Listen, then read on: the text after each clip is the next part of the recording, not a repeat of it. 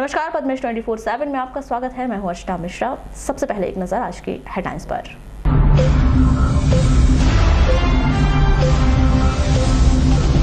जिले भर में हर्षोल्लास के साथ मनाया गया स्थापना दिवस, हुए विविध कार्यक्रम। गुणवत्ता विहीन पोषण आहार वितरण करने का मामला, 5 समूह का अनुबंध समाप्त। परिवहन अधिकारी ने की बसों की जांच, 3 बसों पर जब्ती की कार्रवाई। ओलंपिक गेम से अलग किया गया कराटे, खिलाड़ियों में मायूसी। फसल बीमा बना पहेली, किसानों को नहीं बीमा की जानकारी, जानकार बोले नियम में बदलाव जरूरी।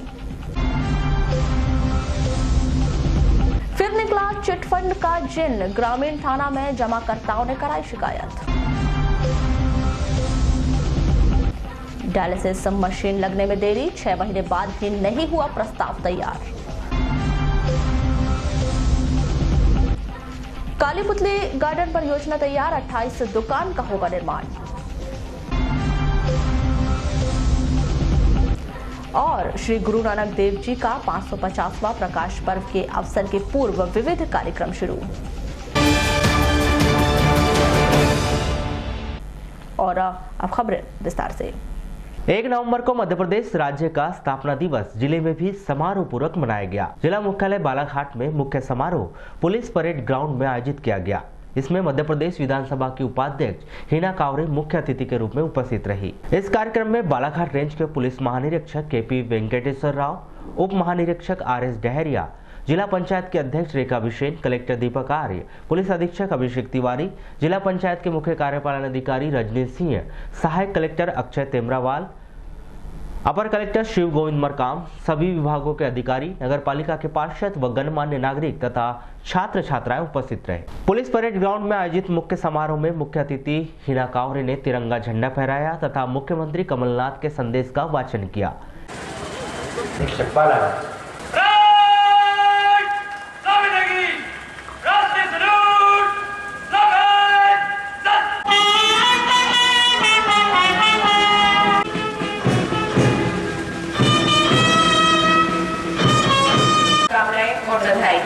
मध्य प्रदेश के गठन के ठीक 68 दिन बाद तत्कालीन प्रधानमंत्री और नए भारत के निर्माण के आदि शिल्पी पंडित जवाहरलाल नेहरू ने 7 जनवरी 1957 को मांडू की सभा में कहा था कि मुझे इस बात का विश्वास है कि यह प्रदेश बहुत तरक्की करेगा, यहाँ तरक्की का बहुत अच्छा सामान है।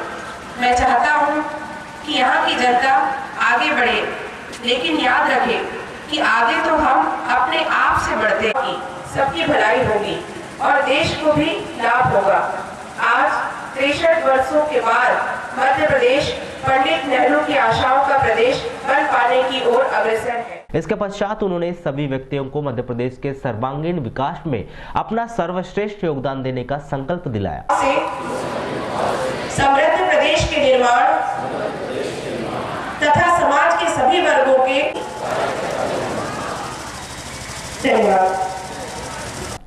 इस अवसर पर स्वतंत्रता संग्राम सेनानियों के परिजन किरण देवी जैन एवं कमलाबाई शुक्ला का शाल एवं श्रीफल से सम्मान किया गया।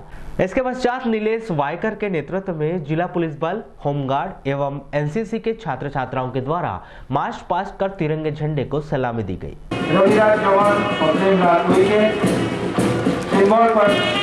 और चुनीलाल और उसके पीछे आकाशदीप सिंह तालियां बजाकर उनका स्वागत करते हुए, अभिनंदन करते हुए। प्रदेश के स्थापना दिवस पर आयोजित इस कार्यक्रम में Balaghat English school, Dadabari school, आदिवासी विकास विभाग एवं आदिवासी विकास विभाग के छात्रावासों के बच्चे, शासकीय उत्कृष्ट विद्यालय बालाघाट एवं केंद्रीय विद्यालय भरवेली के छात्र छात्राओं और नूतन कला निकेतन के कलाकारों के द्वारा सांस्कृतिक कार्यक्रम प्रस्तुत किए गए।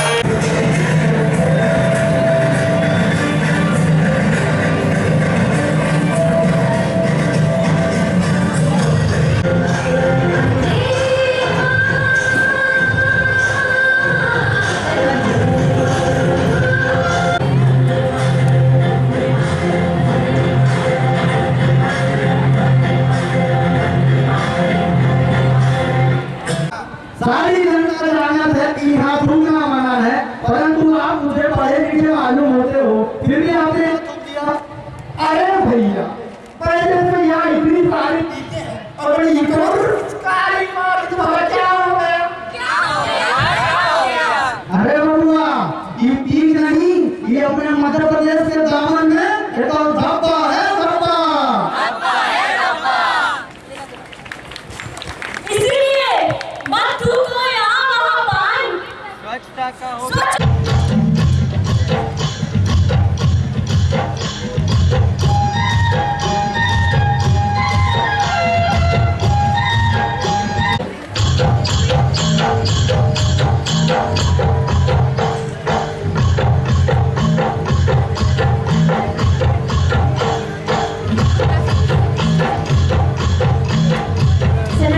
मार्गदर्शन है श्री एस.सी. मानवटकर, जो कि प्राचार्य हैं शासकीय उत्कृष्ट विद्यालय बालाघाट के।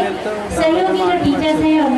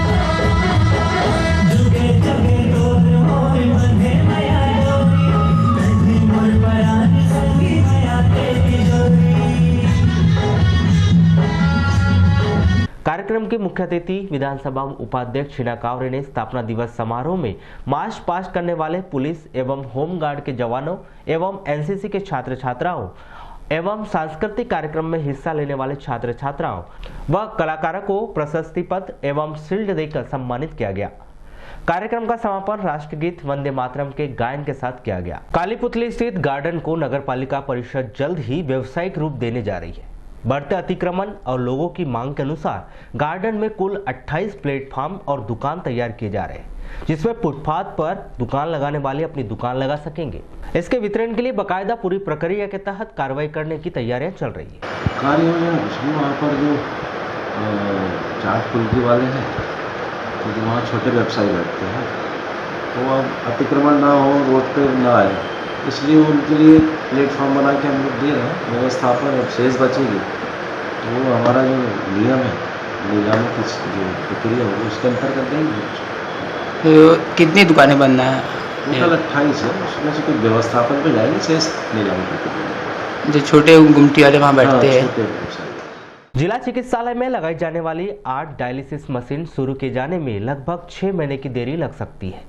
वर्तमान समय तक डायलिसिस मशीन लगाए जाने के लिए कोई योजना तैयार नहीं की गई है, जिससे इसकी पूरी तरह शुरू किए जाने में देरी की संभावना स्पष्ट रूप से दिखाई दे रही। वो अभी अंडर प्रोसेस है, वो वहीं से अभी यहाँ पे आई नहीं है, अभी आने को उसमें किसी कंपनियों से बात हुई है?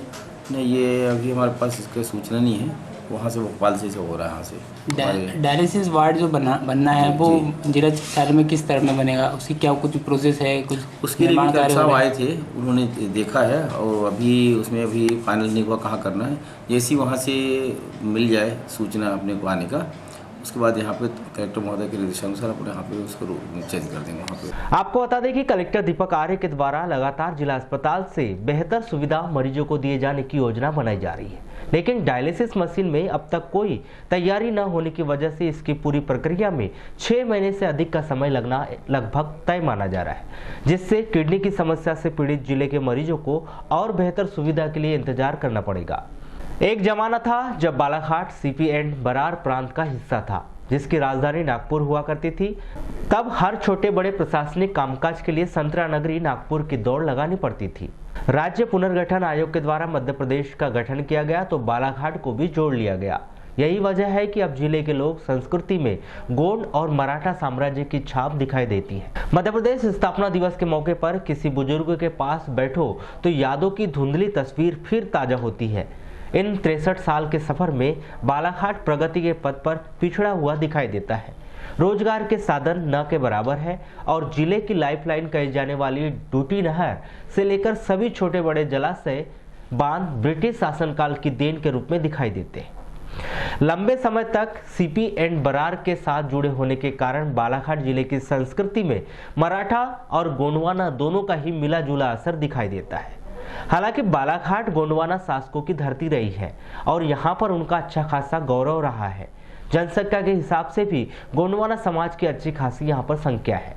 लालबरा नगर मुख्यालय से लगभग 8 किलोमीटर दूर खुरपुड़ी व जाम के मध्य स्थित मोहगांव सरकारी तालाब में 1 नवंबर को सुबह एक महिला का शव मिलने की खबर पर लोगों की वहां भीड़ जमा हो गई। मृतक महिला की पहचान पनबेरी निवासी 55 वर्षीय महिला संपदा बाई पति दर्शत पति के रूप में की गई। पद्मेश से चर्चा में बकोड़ा निवासी मारुति डुमरे ने बताया कि मृत महिला उनकी सास है जो मानसिक रूप से विक्षिप्त थी एवं घर से बिना बताए कहीं भी चली जाया करती थी। उनकी सास व मायका जाम का है जो अपने माता पिता के घर गई हुई थी।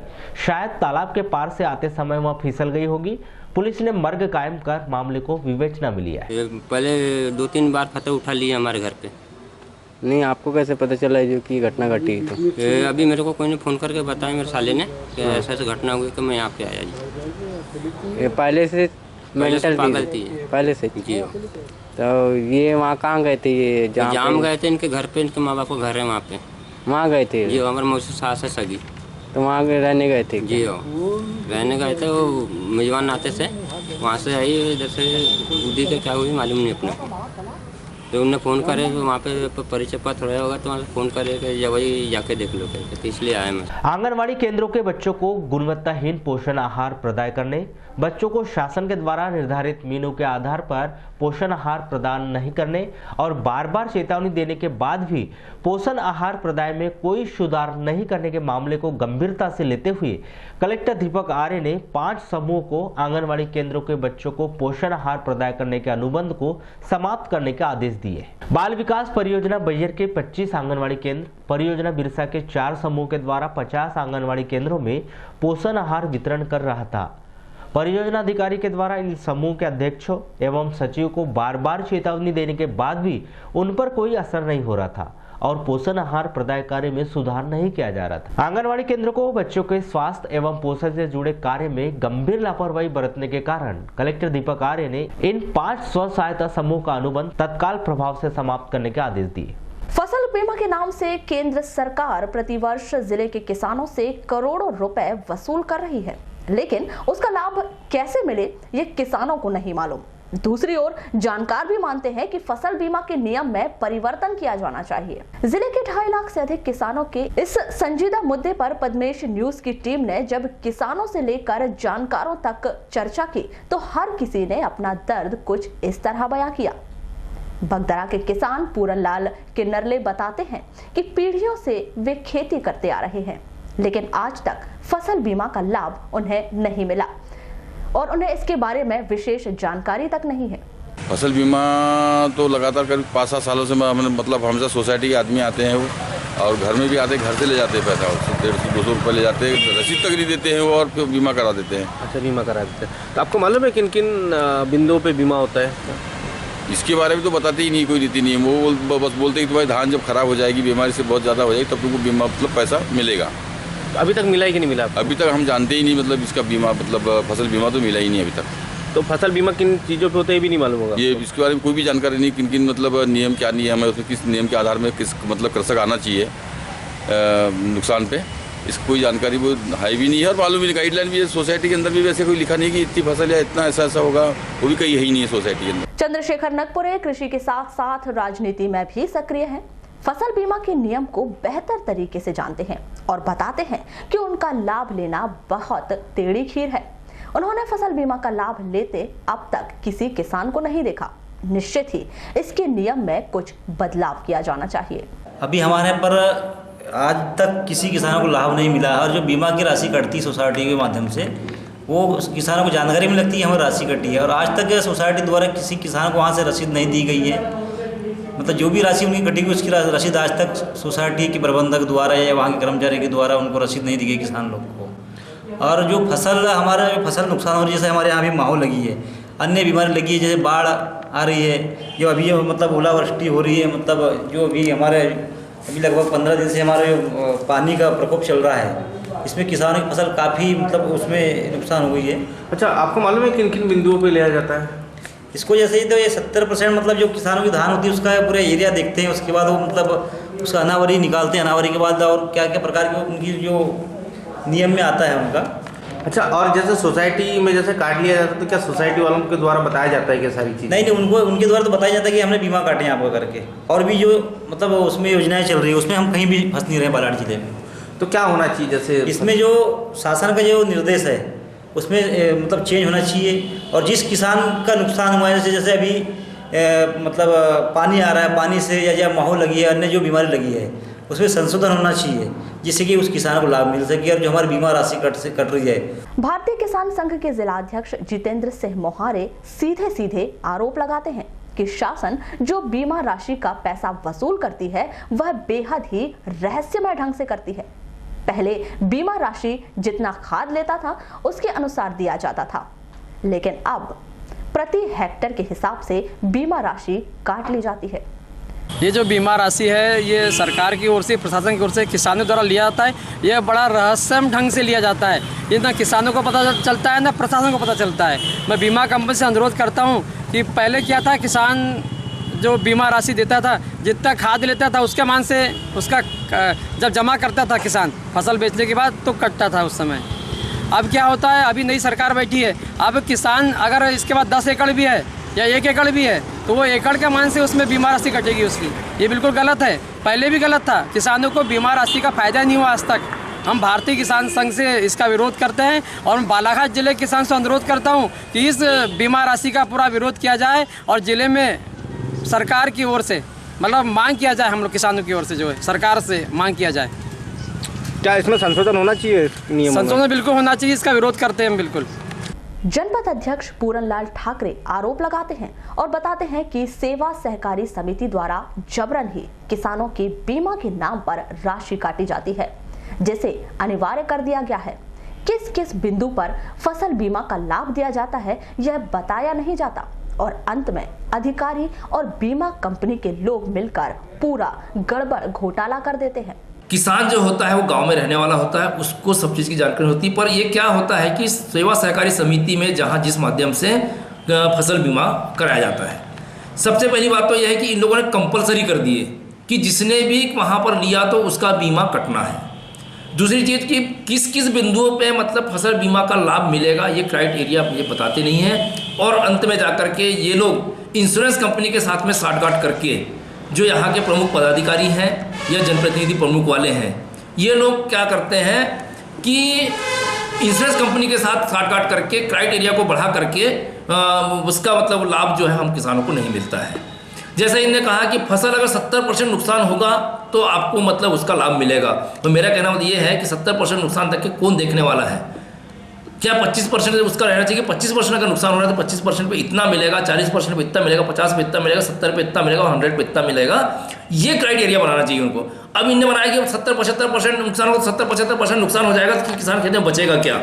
तो ऐसी स्थिति में सरकार को इस पे मतलब अवगत करा करके करना चाहिए कि फसल बीमा अगर किसान से करवा रहे हैं तो सबसे पहले किन किन बिंदुओं पे किसान को लाभ मिलेगा, इस बात की पहले खुलासा हो जाए। किसान अगर वो चाहेगा कि मेरे को फसल बीमा करवाना है तो करवाएगा, और यदि नहीं करवाना है तो वो स्वतंत्र रहे कि नहीं करवाएगा। तो कंपलसरी करने के बाद में ये तो तानाशाही वाली प्रक्रिया चला रहे हैं कि किसानों के साथ में कोई भी हो किसान को दबाने के लिए कुछ भी कर लेता है। जिला सहकारी बैंक के प्रशासक उदय सिंह नकपुरे के अनुसार सेवा सहकारी बैंक द्वारा किसानों के फसल का बीमा किया जाता है और उसका क्लेम राजस्व विभाग तैयार करता है। इस कारण किसान दोनों विभाग के बीच में फंस के रह जाता है। 70% फसल खराब होने पर ही उसका लाभ मिलता है। इन सब बातों को देखते हुए उनके द्वारा केंद्र शासन को पत्र लिखा गया है कि फसल बीमा के मापदंड में परिवर्तन किया जाए। ये जो फसल बीमा है ये केंद्र सरकार के द्वारा इसको फसल बीमा का लाभ किसानों को मिलता है, और उसमें जो उनके मापदंड हैं कि 70% नुकसान होना चाहिए, इसका आकलन जो है वो राजस्व विभाग करता है, क्योंकि बीमा तो सोसाइटी के माध्यम से होता है, बैंक के माध्यम से होता है, लेकिन उसका जो नुकसान का आकलन है वो राजस्व विभाग के द्वारा होता है। और उसमें जो मापदंड दे दिया है कि 70% उसमें नुकसानी होती तभी क्लेम मिलेगा, इसके सहित बहुत सारी ऐसी विसंगति है कि इसका वास्तव में लाभ जैसा मिलना चाहिए किसानों को वो नहीं मिल पाता। इस संबंध में हमने भारत सरकार के जो कृषि मंत्री जी हैं उनको भी पत्र के द्वारा ये मांग किया है कि इसमें कुछ संशोधन किया जाए ताकि हमारे किसान भाइयों को इसका वास्तव में लाभ मिल सके। अभी पिछली बार भी हमने पत्र लिखा था और अभी भी उनको लिख रहे हैं कि इसमें कुछ संशोधन वो करें ताकि ज़मीनी स्तर पर किसान भाइयों को उसका लाभ मिल सके। निश्चित ही जिले के भीतर फसल बीमा एक पहेली की तरह बन गई है, जिसे जितना सुलझाया जाए उतनी उलझती दिखाई देती है। किसान जिम्मेदारों तरफ आस लगाकर देखता है, लेकिन उनके अपने हाथ बंधे हुए दिखाई देते हैं। ऐसे में वे क्या करें? बीते वर्ष की तरह शोषण का शिकार हुए और फसल बीमा के नाम पर राशि लौटाते रहे, यह उनकी समझ से परे दिखाई दे रहा है। बालाघाट से पद्मेश न्यूज के लिए महेंद्र सहूईके की रिपोर्ट। लालबर्रा के शासकीय उत्कृष्ट उच्चतर माध्यमिक विद्यालय परिसर में 1 नवंबर को 64वां मध्य प्रदेश स्थापना दिवस उत्साह और उमंग के साथ मनाया गया। यह कार्यक्रम जनपद अध्यक्ष किरण मरावी के प्रमुख आतिथ्य शिक्षा समिति सभापति व उपाध्यक्ष अशोक जायसवाल, निर्माण समिति सभापति किशोर पालीवाल, मुख्य कार्यपालन अधिकारी गौरीशंकर डहरिया, तहसीलदार इंद्रसेन तुमराली, बीआरसी केजी बिसेन सहित अन्य जनप्रतिनिधियों के विशेष आतिथ्य में प्रारंभ हुआ। सुबह 10:30 बजे जनपद अध्यक्ष किरण मरावी के द्वारा ध्वज वंदन कर ध्वजारोहण किया गया, जिसके बाद सामूहिक राष्ट्रगान हुआ। जनपद अध्यक्ष श्रीमती मरावी ने मुख्यमंत्री के संदेश का वाचन किया और समस्त उपस्थित जनों को स्वर्णिम मध्य प्रदेश निर्माण का संकल्प दिलवाया, जिसके बाद सामूहिक रूप से मध्य प्रदेश गान का गायन किया गया। हर क्षेत्र में आप लोगों को आगे बढ़ना है और मध्य प्रदेश के हृदय स्थल बालाघाट जिले से लालबर्रा विकास खंड का नाम आपको रोशन करना है। अभी हमारे तहसीलदार महोदय जी ने आपको बताया, आपके सामने मंच में बैठे हैं, कोई जनप्रतिनिधि बन के बैठा है, कोई समाज सेवक बन के है, कोई अधिकारी वर्ग से है, कोई शिक्षक वर्ग से है, कोई शिक्षिकाएं वर्ग से है। ये तभी संभव होगा। आज हम जिस माटी में पैदा हुआ उस माटी में ना जाने इस देश को कितने वीर सपूत दिए हैं। पहले हमारा प्रदेश पूरे हिंदुस्तान में बहुत बड़ा क्षेत्रफल, नंबर 1 क्षेत्रफल था, लेकिन पिछले कुछ सालों के बीच हमसे छत्तीसगढ़ अलग हो गया, नहीं तो हम बहुत समृद्धशाली थे। लेकिन आज भी मध्य प्रदेश प्राकृतिक संसाधनों से परिपूर्ण है। इन 64 सालों में हमने क्या पाया है और क्या खोया है, तो आप सभी जानते हैं। जब संपूर्ण मध्य प्रदेश की हम बात करते हैं तो कहीं ना कहीं हमारे मन में, हमारे ख्याल में वो मध्य प्रदेश आया करता है। जब बंटवारे के तौर पर हमारा छोटा भाई जिसका नाम छत्तीसगढ़ है, हमको इस संपूर्ण मध्य प्रदेश के बंटवारे में छत्तीसगढ़ के माध्यम से दूसरा राज्य हमको मिला। जब संसाधनों की हम बात करते हैं तो निश्चित रूप से जब छत्तीसगढ़ एक में था तो आप सभी जानते हैं भरपूर। वारासिवनी नगर के टिहलीबाई शासकीय उत्कृष्ट उच्चतर माध्यमिक विद्यालय वारासिवनी में 1 नवंबर को मध्य प्रदेश का स्थापना दिवस हर्षोल्लास के साथ मनाया गया। मुख्य अतिथि चिंतामन नकपुरे के द्वारा ध्वजारोहण किया गया और ध्वज को सलामी देकर उपस्थित जनों द्वारा सामूहिक राष्ट्रगान गाया गया। श्री नकपुरे ने प्रदेश वासियों के नाम से संबोधित प्रदेश के मुखिया कमलनाथ के संदेश का वाचन किया। तो कहीं कहीं से है, फिर भी यानी आज भी के दिन सन 1956 में मध्य प्रदेश का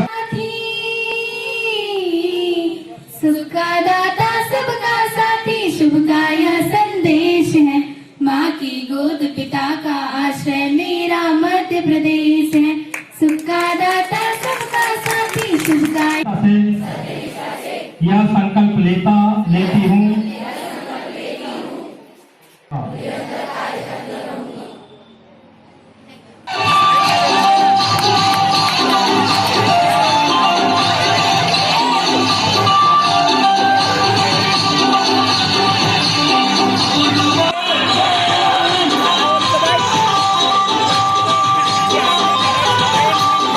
बोटी बोटी अलग कर देता है। समझा कि नहीं समझा? अरे बजा बजा, जल्दी बजा।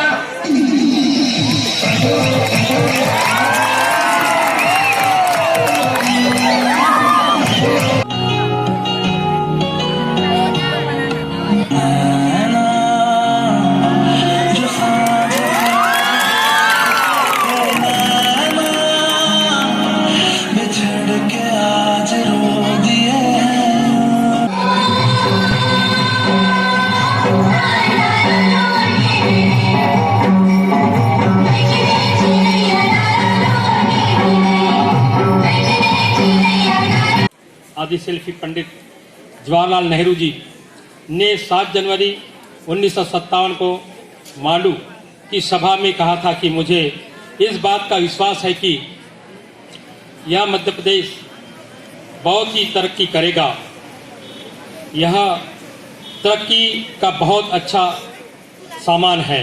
मैं चाहता हूं कि यहाँ की जनता आगे बढ़े, लेकिन याद रखें कि आगे तो हम अपने आप से बढ़ते हैं।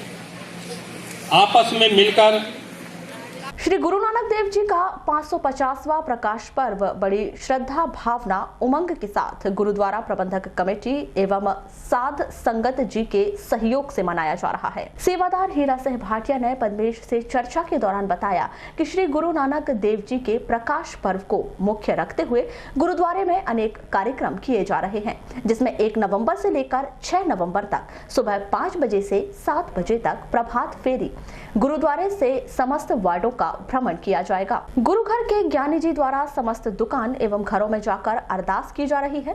3 नवंबर को दोपहर 2 बजे से शाम 5 बजे तक प्रश्नोत्तरी कार्यक्रम गुरुद्वारे में होगा। 8 नवंबर को नगर कीर्तन दोपहर 1:30 बजे से गुरुद्वारे से निकाला जाएगा। इस तरह विविध कार्यक्रम आयोजित किए जाएंगे।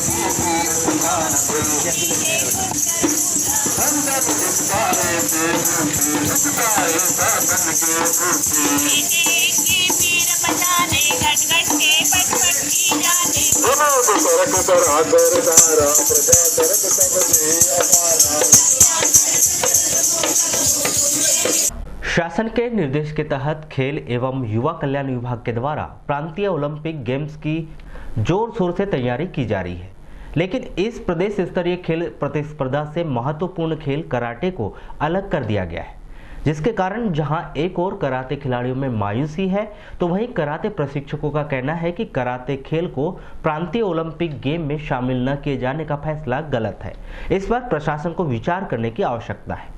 उन्होंने कहा कि इस प्रांतीय ओलंपिक गेम्स को लेकर तहसील स्तर पर खिलाड़ियों का चयन भी किया जाना है, लेकिन समन्वयक को किसी भी प्रकार का बजट नहीं दिया गया है, जिसके कारण समन्वयक को काफी दिक्कतों का सामना भी करना पड़ेगा। आपको बताएं कि सरकार के द्वारा पूर्व में सीएम कप का आयोजन किया जाता था, लेकिन इसे परिवर्तित कर प्रांतीय ओलंपिक गेम्स आयोजित किए जा रहे हैं। लेकिन इस गेम्स को लेकर जहां एक ओर बजट कम कर दिया गया है, तो वहीं दूसरी ओर महत्वपूर्ण खेल कराटे को भी इसमें शामिल नहीं किया गया। आयु बंधन भी खिलाड़ियों के लिए मायूसी का सबब बना हुआ है। शासन और सरकार के द्वारा पिछले वर्षों से सीएम कप के नाम से विकासखंड और जिला स्तरीय प्रतियोगिताएं एवं संभाग और राज्य स्तरीय प्रतियोगिताएं की जाती थी, जिसका अभी नाम परिवर्तित करके प्रांतीय ओलंपिक कप का आयोजन किया जा रहा है, जिसमें पिछले 4-5 सालों से कराटे खेल का आयोजन किया जा रहा था। इस साल शासन द्वारा कराटे खेल को हटा के खो-खो खेल को जोड़ा गया है और विगत सालों में बालाघाट से राष्ट्रीय और अंतर्राष्ट्रीय और राज्य स्तर में कराटे खेल में खिलाड़ी अच्छा प्रतिनिधित्व किया है और मेडल प्राप्त किए हैं, लेकिन इस बार कराटे खेल को हटा दिया गया है, जिससे कराटे खेल जगत में निराशा सा माहौल बन गया है। और खेल विभाग द्वारा कराटे सेंटर में हमारे खिलाड़ियों को निःशुल्क प्रशिक्षण दिया जाता है और यहाँ पर भी खिलाड़ी निराश हुए हैं कि इस बार कराटे खेल को हटा दिया गया है और आयु का बंधन भी इस बार 16 साल से अधिक कर दिया गया है, जिसमें बड़े खिलाड़ियों को खेलने का मौका मिलेगा, लेकिन छोटे खिलाड़ी जो 16 वर्ष से कम के हमारे यहाँ के चैंपियंस हैं वो नहीं खेल पाएंगे। इसका हमें बहुत खेद है कि छोटे खिलाड़ियों को नए खेलों को शामिल किया गया है। सर इसमें कबड्डी है, कुश्ती है, चेस है, हॉकी है और volleyball, football, table tennis, badminton, करीबन 10 खेल को किया गया है। तो पहले जो सीएम का फोटो था उसमें केवल 5 खेल थे, बॉक्सिंग था, कराटे था, उसमें इसमें कराटे बॉक्सिंग नहीं है, यानी मार्शल आर्ट संबंधित खेल नहीं रखा गया है। तहसील लेवल पर सर इस बार कोई बजट नहीं दिया गया है कि आप प्राइवेट संघों के माध्यम से कार्यक्रम को चयन प्रक्रिया करवाओ, इसकी कोई प्रतियोगिता नहीं आयोजित की जा रही है और जिला स्तर पर शायद प्रतियोगिता आयोजित की जा रही है। पहले बच्चों को आने जाने का शुल्क भी मिलता था, मानदेय मिलता था, वो जो इस बार नहीं मिलेगा। कोचेस को भी मिलता था, जिसमें मानदेय कोचेस को भी, समन्वयक लोग को भी नहीं मिलेगा। केवल चयन प्रक्रिया के आधार पर आपको एक दिवसीय कार्यक्रम करा के बच्चे तहसील स्तर से बच्चे सिलेक्ट करना है, 16 वर्ष के ऊपर वाले बच्चे। जबलपुर में आयोजित होने वाले राज्य स्तरीय कबड्डी प्रतियोगिता में शामिल होने के लिए आज जिला कबड्डी संघ के तत्वाधान में सीनियर महिला टीम जबलपुर के लिए रवाना हुई। इस संदर्भ में जिला कबड्डी संघ के सचिव रमेश दीक्षित ने बताया कि सीनियर महिला टीम जबलपुर के लिए रवाना हो रही है, जो 2 नवंबर से 5 नवंबर के बीच होने वाली प्रतियोगिता में शामिल होगी, जहां पर नेशनल के लिए खिलाड़ियों का चयन होगा।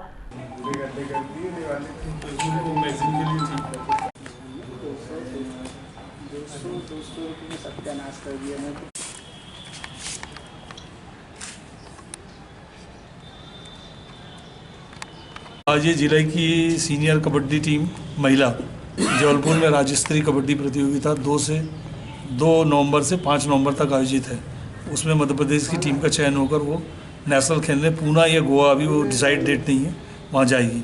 इसके लिए ये टीम आज यहाँ से रवाना हो रही है और 1 या 2 खिलाड़ी हमारी प्रदेश का प्रतिनिधित्व करें। इसके पूर्व अभी यहाँ पे बरघाट और एक कानीवाड़ा में ये टीम ने उप विजेता का खिताब जीता है और लड़कियाँ अच्छा खेलती हैं। 1-2 लड़कियाँ भी यहाँ नहीं पहुँच पाई हैं, परंतु लड़कियाँ अच्छा खेलती हैं और उनके मतलब शुभकामना मैं देता हूँ कि उनके भविष्य के लिए। भाजपा कार्यालय में आज मध्य प्रदेश स्थापना दिवस पर विशेष कार्यक्रम का आयोजन किया गया। इस कार्यक्रम में प्रमुख तौर पर पूर्व मंत्री गौरीशंकर बिसेन, भाजपा जिला अध्यक्ष रमेश रंगलानी सहित भाजपा के वरिष्ठ पदाधिकारी एवं कार्यकर्ता शामिल हुए। कार्यकर्ताओं को संबोधित करते हुए पूर्व मंत्री श्री बिसेन ने कहा कि मध्य प्रदेश की स्थापना के बाद हमारा दायित्व और भी बढ़ जाता है कि हम देश प्रदेश के विकास में कितनी अहम भूमिका निभा सकते हैं। इस बैठक के दौरान विभिन्न मुद्दों पर भी चर्चा की गई। अन्य प्रत्याशी को उत्तर दे सके, हमने इस बात को माननीय शिवराज सिंह चौहान जी के सामने पढ़कर कैबिनेट के साथ किया गया, पूरे हो कारण जो भी हो, तो फिर आम जनता से क्या और सामान्य से बातें और उस समय में तय हुआ कि मध्य प्रदेश स्थापना दिवस को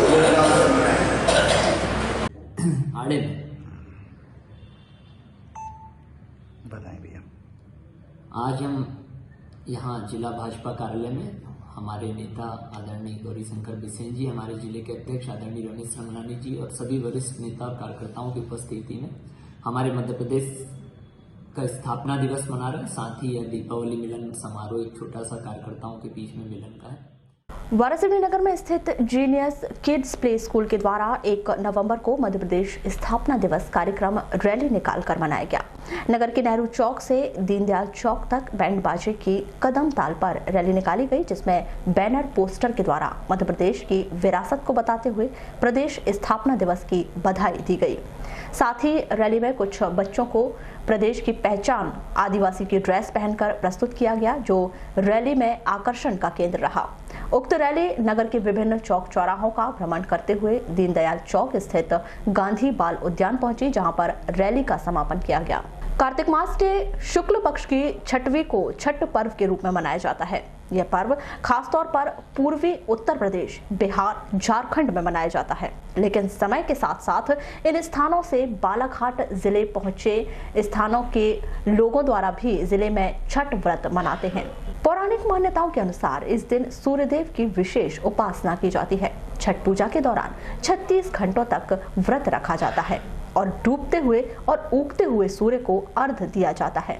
पौराणिक मान्यताओं के अनुसार छठ सूर्यदेव की बहन है। छठ एक पर्व ही नहीं बल्कि महापर्व है जो 4 दिनों तक चलता है, जिसकी शुरुआत को लेकर कई कहानियां मिलती हैं। एक कथा के अनुसार महाभारत काल में जब पांडव अपना सारा राजपाट जुए में हार गए, तब द्रौपदी ने छठ व्रत किया था, जिससे उनकी सभी मनोकामनाएं पूरी हुई और पांडवों को राजपाट वापस मिल गया। जिला परिवहन अधिकारी RS चिकवा द्वारा नियमित रूप से वाहनों की जांच कर नियम विरुद्ध चल रहे वाहनों पर कार्रवाई की जा रही है। यात्रियों से बस ऑपरेटरों द्वारा अधिक किराया वसूल किए जाने की शिकायत मिलने पर जिला परिवहन अधिकारी श्री चिकवा ने 1 नवंबर को गर्रा में सुबह 5 बजे यात्री वाहनों की जाँच की।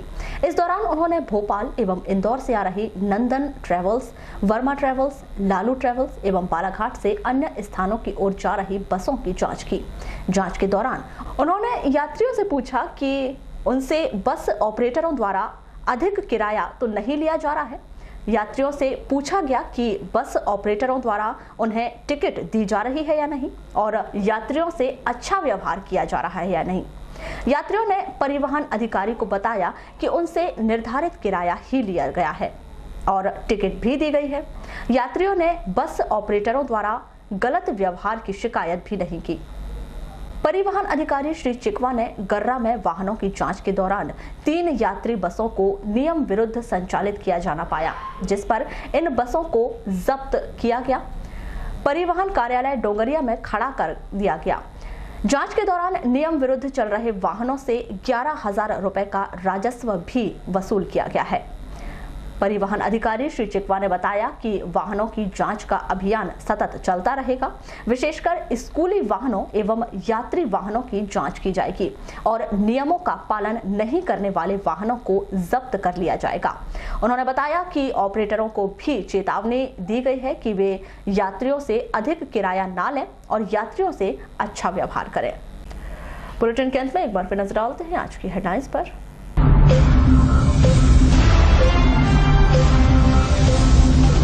जिले भर में हर्षोल्लास के साथ मनाया गया स्थापना दिवस, हुए विविध कार्यक्रम। गुणवत्ता विहीन पोषण आहार वितरण करने का मामला, 5 समूह का अनुबंध समाप्त। परिवहन अधिकारी ने की बसों की जांच, 3 बसों पर जब्ती की कार्रवाई। ओलंपिक गेम से अलग किया गया कराटे, खिलाड़ियों में मायूसी। फसल बीमा बना पहेली, किसानों को नहीं बीमा की जानकारी, जानकार बोले नियम में बदलाव जरूरी।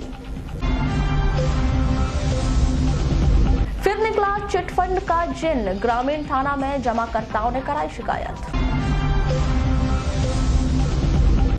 डायलिसिस मशीन लगने में देरी, 6 महीने बाद भी नहीं हुआ प्रस्ताव तैयार। काली पुतली गार्डन परियोजना तैयार, 28 दुकान का होगा निर्माण। और श्री गुरु नानक देव जी का 550वां प्रकाश पर्व के अवसर के पूर्व विविध कार्यक्रम शुरू। तो ये थी अभी तक की खास खबरें। तो आज बुलेटिन में बस इतना ही। अगले न्यूज बुलेटिन के साथ फिर मुलाकात होगी, तब तक के लिए नमस्कार।